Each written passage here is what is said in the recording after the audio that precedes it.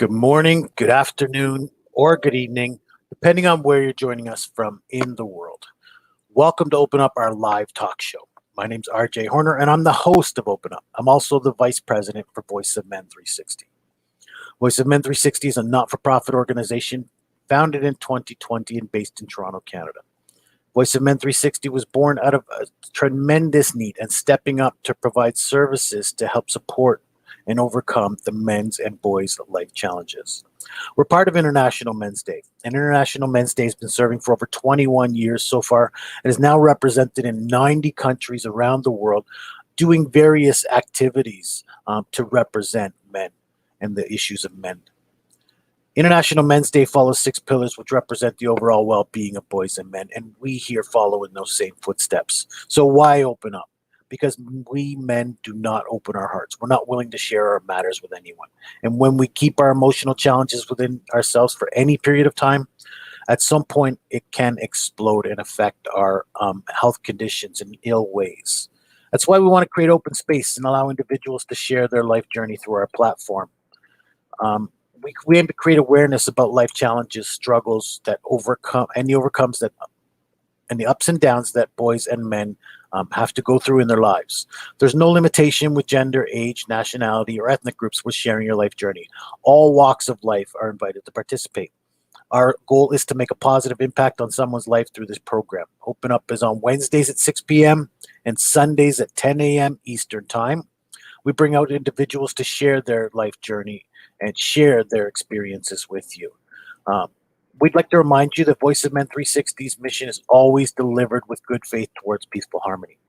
Views and opinions expressed in today's episode are those of our speakers and do not necessarily represent Voice of Men 360. Our organization engages in discussion forums to offer inspiration and create awareness to the issues of men who wish to overcome their life challenges.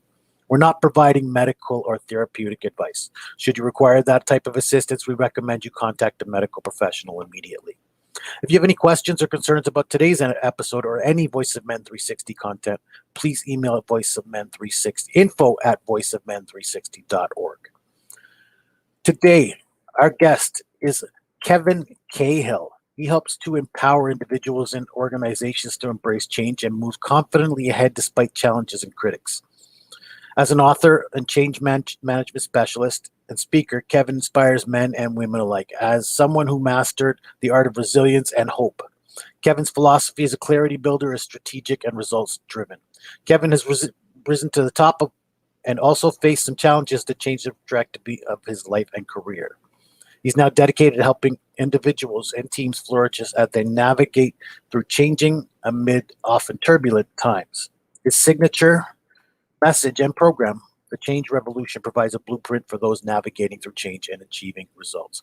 Please welcome Kevin Cahill to Open Up. Thank you for joining us and being willing to share your life journey, Kevin. Good morning, RJ, and it's an absolute pleasure to not only meet you, but also be here this morning. Wonderful. Thank you for joining us on this. This is our Sunday morning show that we record live. So tell us a little bit more about yourself. We gave a run through. Let people know more about Kevin Cahill, if you would.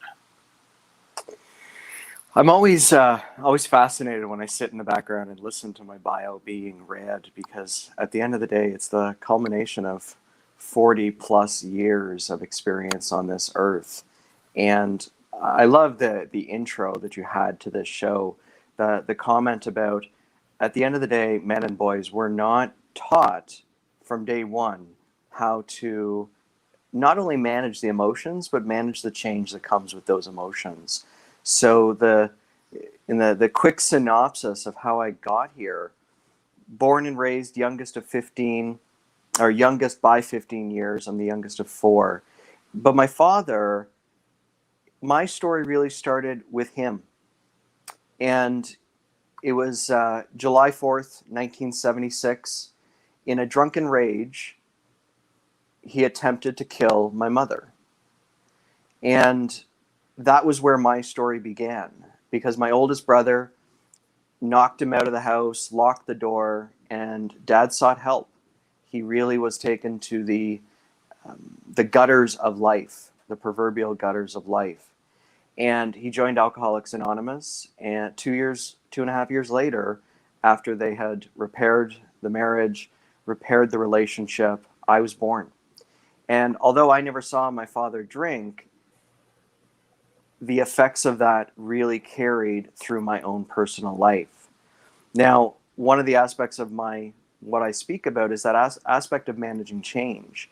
And one of the key elements of managing change is that if you don't learn from the suffering, you're bound to repeat it.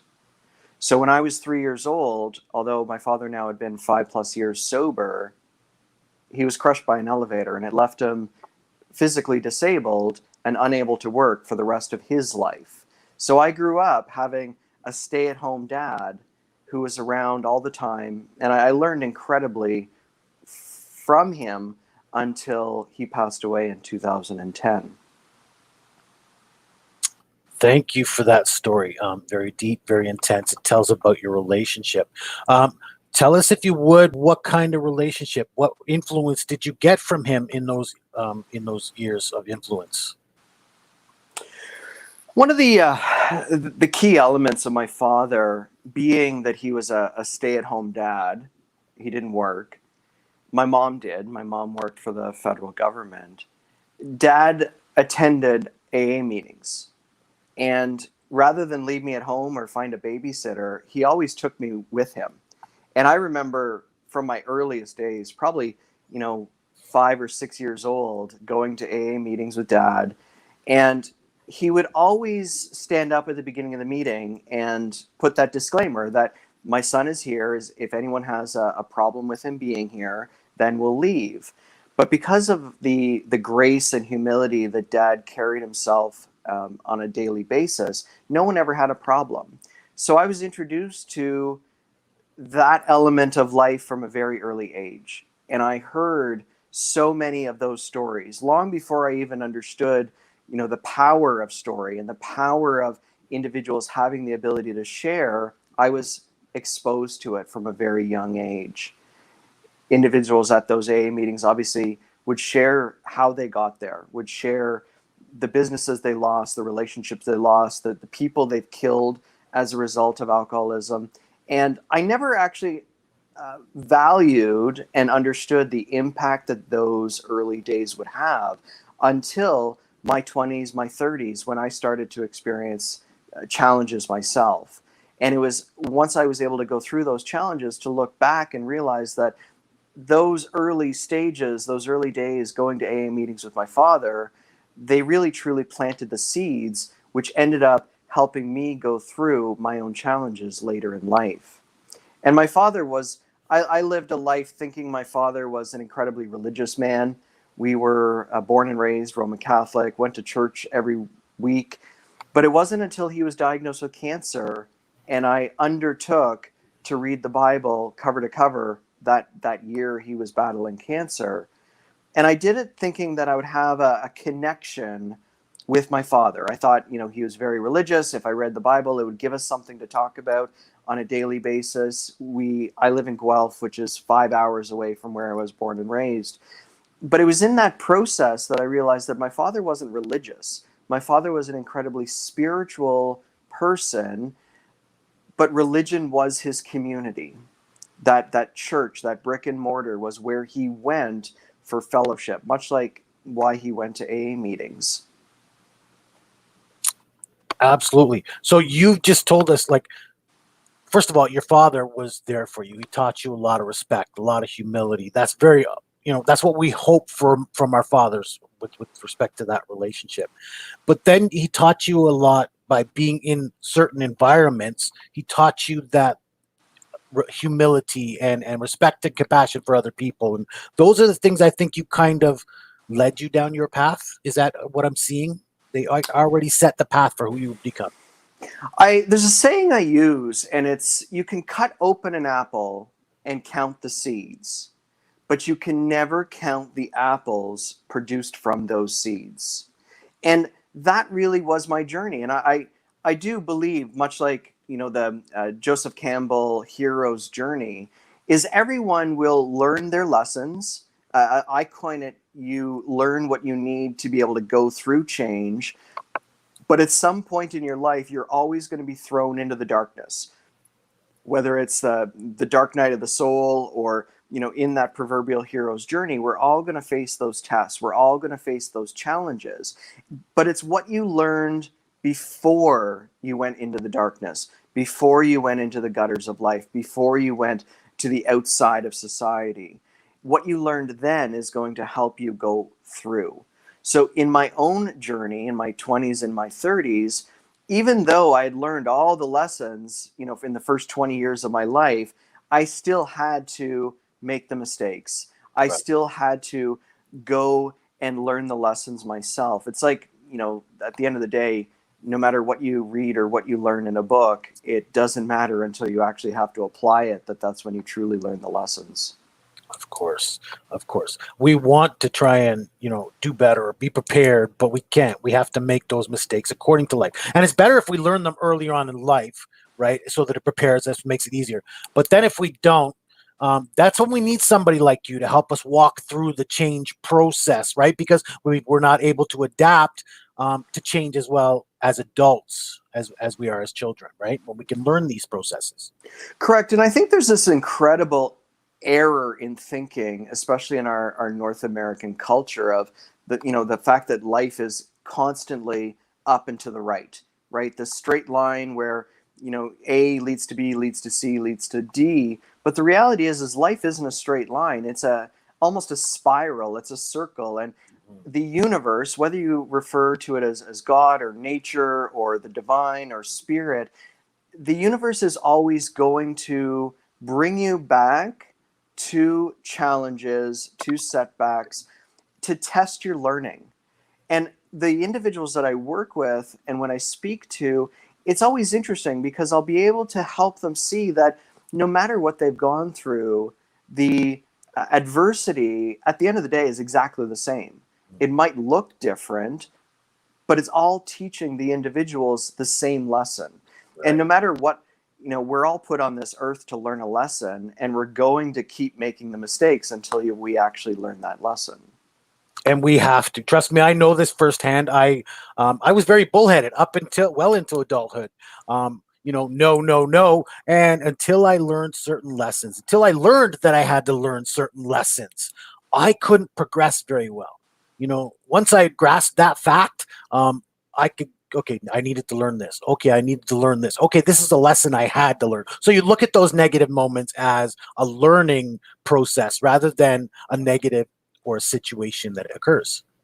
Well, and I know in my own journey from September of 2004 to November of 2015, 11 years plus 2 months, and that 11 is obviously a very significant universal number. That was 11 years of resistance where I was saying no to the universe. I was constantly getting in my own way. I was constantly, in essence, challenging the great tapestry, the great architect of the universe, until that final day. And I remember it was November 11th, 2015. I had surgery to remove a tumor, a cancerous tumor. And when I was diagnosed with cancer a few weeks earlier, I looked up to the heavens above and I said, I get it. I give up. I finally accept not to resist this thing called life anymore. And I can mark that date on the calendar and then look forward that everything just got that much easier when I stopped getting in my own way. I love what you said. I have a process I teach myself 10 steps to achievement. And you use two of them right now, which is accept.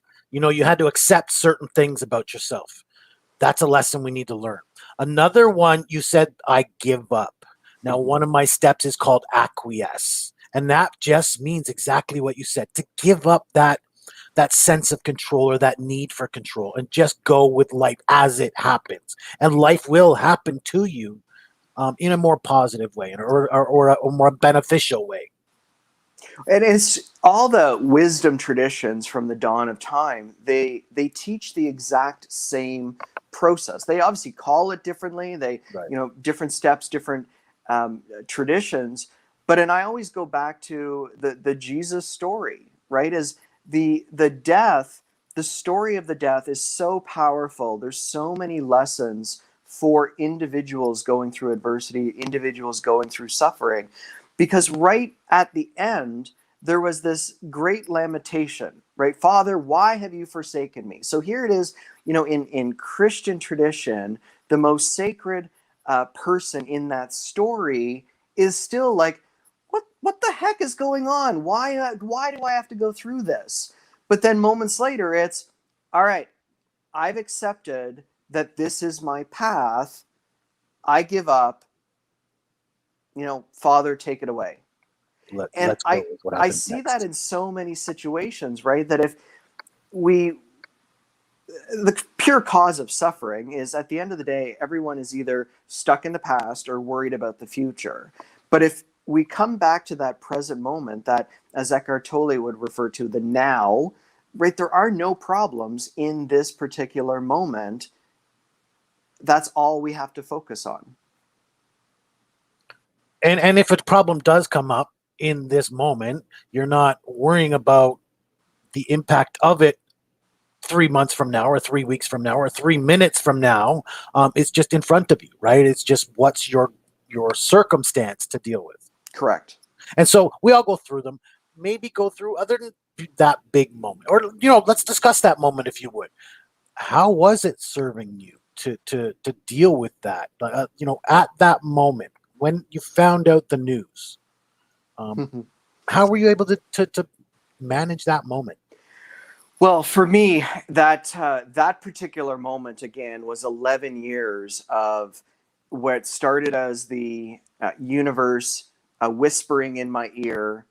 I wasn't paying attention, and then it became the silent nudge of the universe, and then it became the silent shove of the universe. That became the silent kick of the universe, and eventually it was a silent sledgehammer over the head of the universe before I paid attention.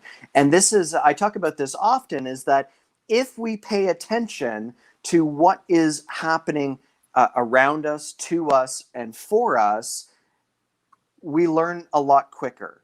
So that 11-year period of time, it involved my mother having a massive heart attack while on vacation. It involved my father-in-law, who at the time was one of my closest friends, being diagnosed with cancer and dying within 3 months. It involved my marriage falling apart. It also involved some incredible highs. It involved the birth of my son. In 2007, I have a almost 14-year-old son. He was born.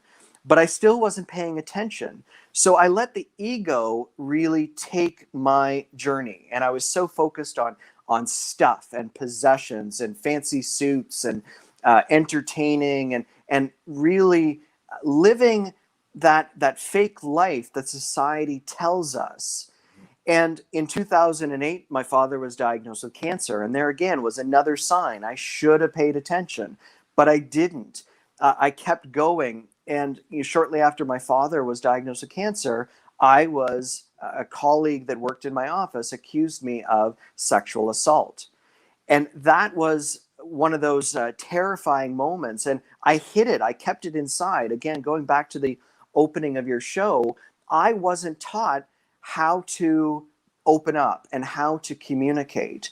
And it wasn't until a number of months later, I snapped. I completely snapped under the weight of, my father going through cancer, the accusation against me, the lawsuit that was as a result. I couldn't handle that pressure and I snapped. And then I finally found the courage to go to counseling. And I also then made the trip to tell my father that I had been accused of sexual assault. I was so terrified of what he was going to say when I told him the news. But I didn't want to burden him because he was battling cancer in that moment. And so I drove the 5 hours and I got to Ottawa. It was late at night. And I remember Dad had this old rocking chair that he sat in all the time. And I was on the couch beside him. And I summoned up all the courage that I had, and I said, Dad, so and so accused me of sexual assault.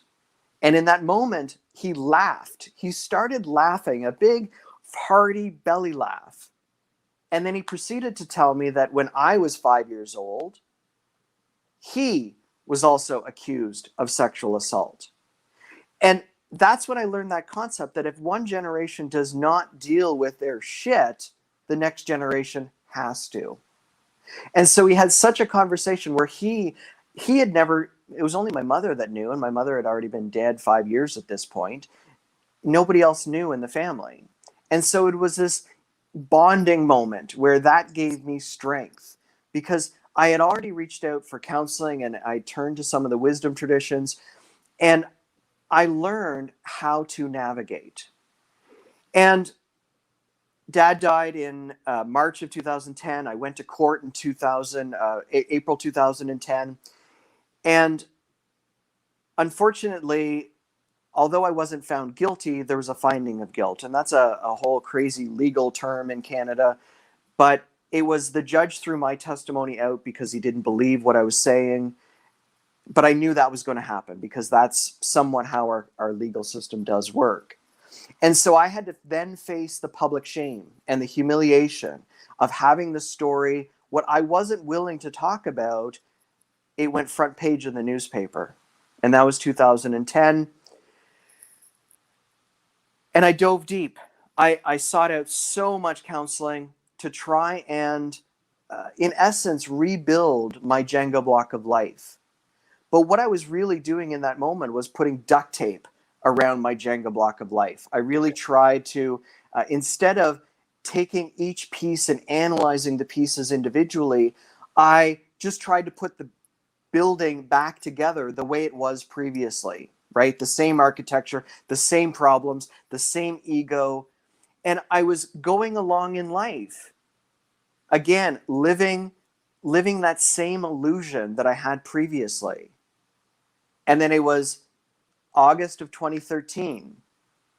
I just gotten back from an Alaskan cruise. Again, my business had never been better. And I fell and smashed my head on concrete. What I didn't know in the moment is I had given myself a major concussion. And so for the next 3 months, my doctor wasn't paying attention to the concussion. She was treating me for depression and anxiety. She just figured that, everything that I was dealing with finally had come crashing down. Eventually, the concussion was diagnosed. And again, there was another big universal sign that I learned from. But I fell back into the same traps. In 2015, I released my third book. It became a bestseller. I was on a speaking tour. I had fallen back into those same traps that I was in 2008 and 2009. And then that is when I threw my back out in the fall of 2015. I couldn't get out of bed. My business partner at the time said, if you don't go to the doctor, I'm going to come to your condo and drag you to emergency. So I went to see my doctor, and 2 days later, I was diagnosed with cancer. And then that was the moment, right? And when I share that story on a stage, invariably, there's always someone in the audience who will just start laughing because they can't honestly believe that all of those little things had happened to me over that period of time. But it took being diagnosed with cancer. It took facing my own mortality. It took facing the unknown of what was going to happen and accepting it and just saying, I give up. That again, that term that Jesus uses right at the end, into your hands I commend my spirit. And I love the word you used is you looked at your own mortality. When you had to face your own mortalities, when you took action. And truthfully, that is what it brings us to, right? Until we're faced with a moment like that where it's do or die, most of us won't do. Most of us won't do enough to take that next step. 100%. And we live in such a distracted world where the entire focus, all you have to do is look around, is on being a human doing, not a human being. Is there's so many vices that people can, in essence, hide their trauma, hide their suffering, whether it's through TV or movies or food or alcohol or sex or gambling or shopping, right? There's so many vices that are out there that allow individuals to distract themselves. And there's a researcher, Dr. Gabor Mate, clinical psychologist out of Vancouver, and all of his work is, in essence, the wisdom of trauma. Trauma and suffering, they're all here to teach us something, but we're so good at ignoring it and putting a Band-Aid over it or putting a false self over it, because our brains, our prehistoric brains, are trained in that fight or flight mechanism, right? Our brains are hardwired to protect us. And if there's something that's going to cause us pain or suffering, our brains are not naturally inclined to let us feel that pain. It'll do everything in its power to help us avoid the pain. And that's been shown, right? Like people that go through major traumatic events, they don't remember it. And that's simply the brain trying to protect until you get to the stage where, you know, you're open enough and willing to actually look in the mirror and face the darkness. I love that you've been talking about being open and open up. Really, that is the purpose, and that's what we've been working on. Two questions I like to ask before we end the show. First, what can our young boys do to help make their lives better?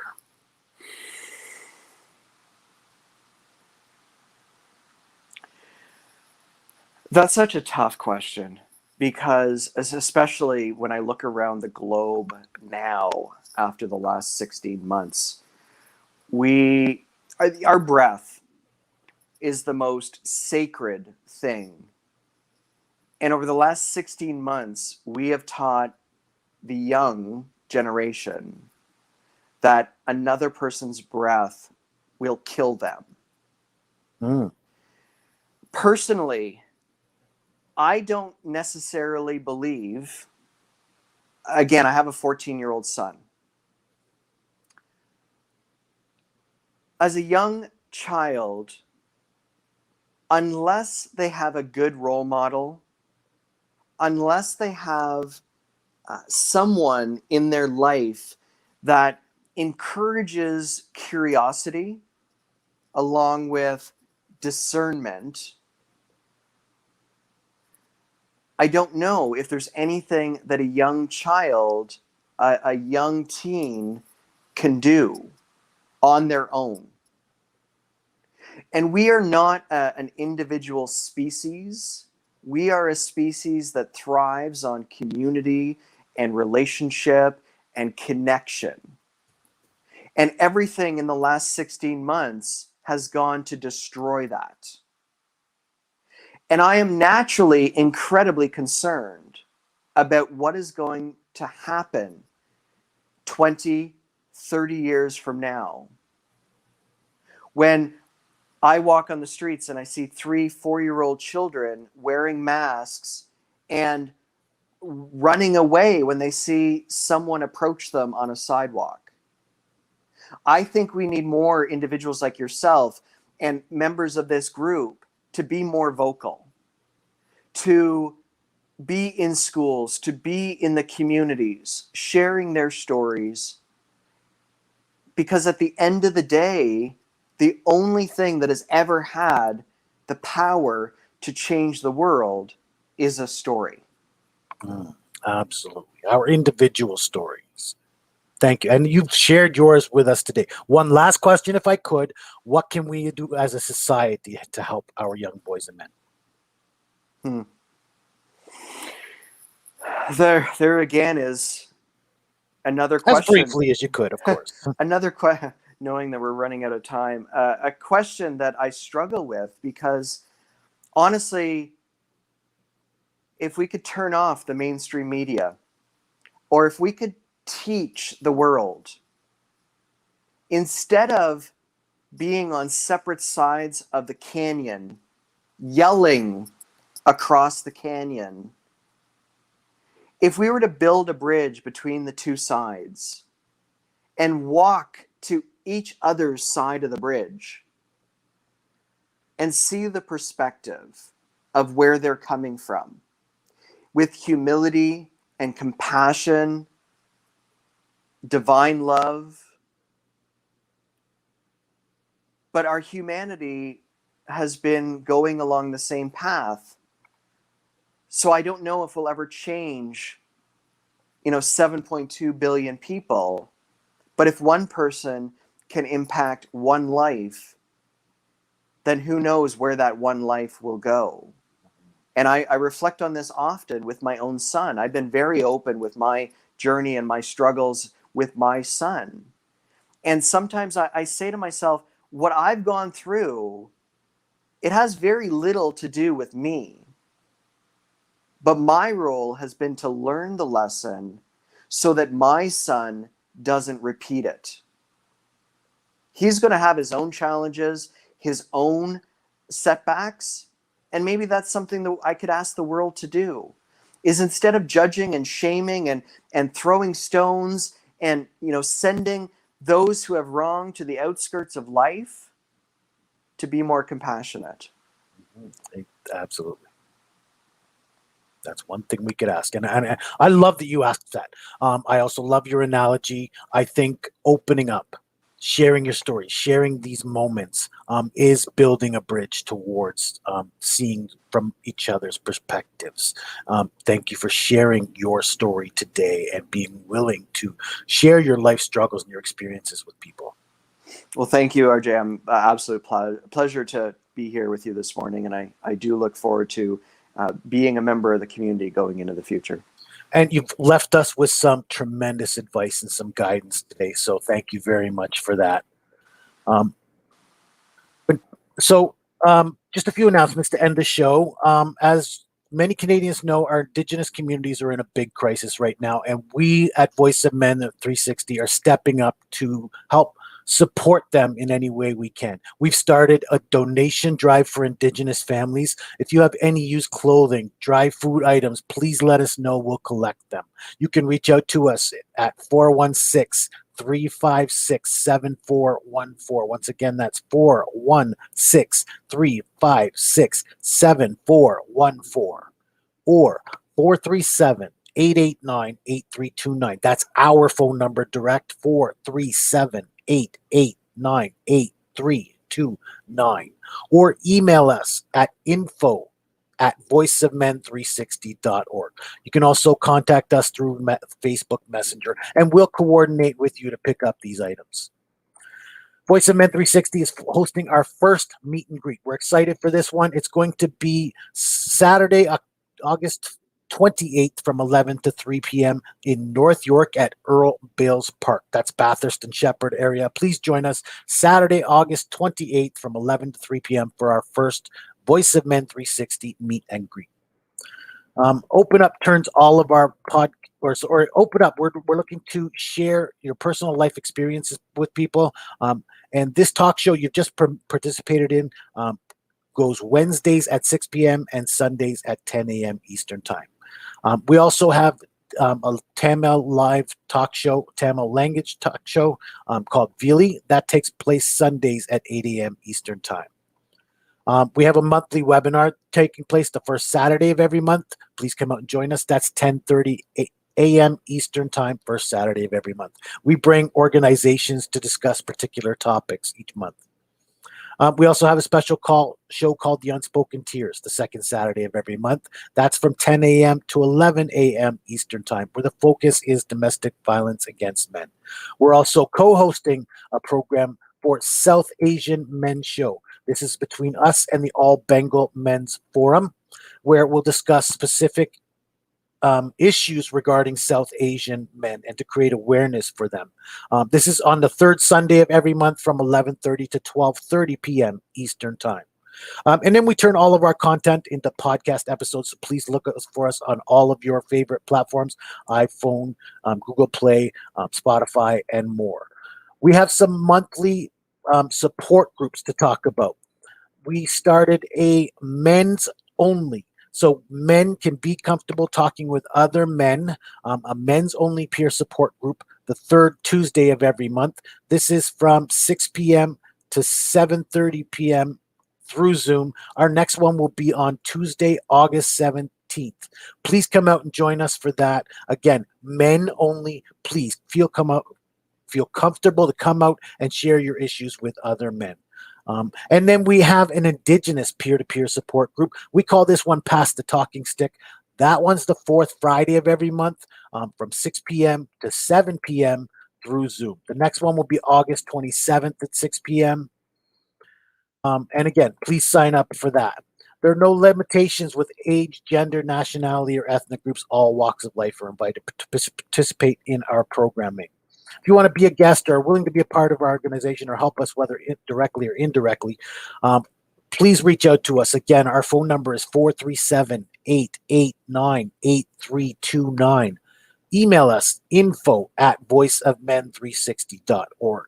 Please visit our website, www.voiceofmen360.org, or our Facebook group, facebook.com/group/Voice of Men 360. And again, we are Voice of Men 360. You can find us on all of your favorite social media channels: Instagram, LinkedIn, Twitter, YouTube, TikTok, and more. And don't forget to like and subscribe on YouTube for more videos. We want to reach out and help more people. Please continue your tremendous support.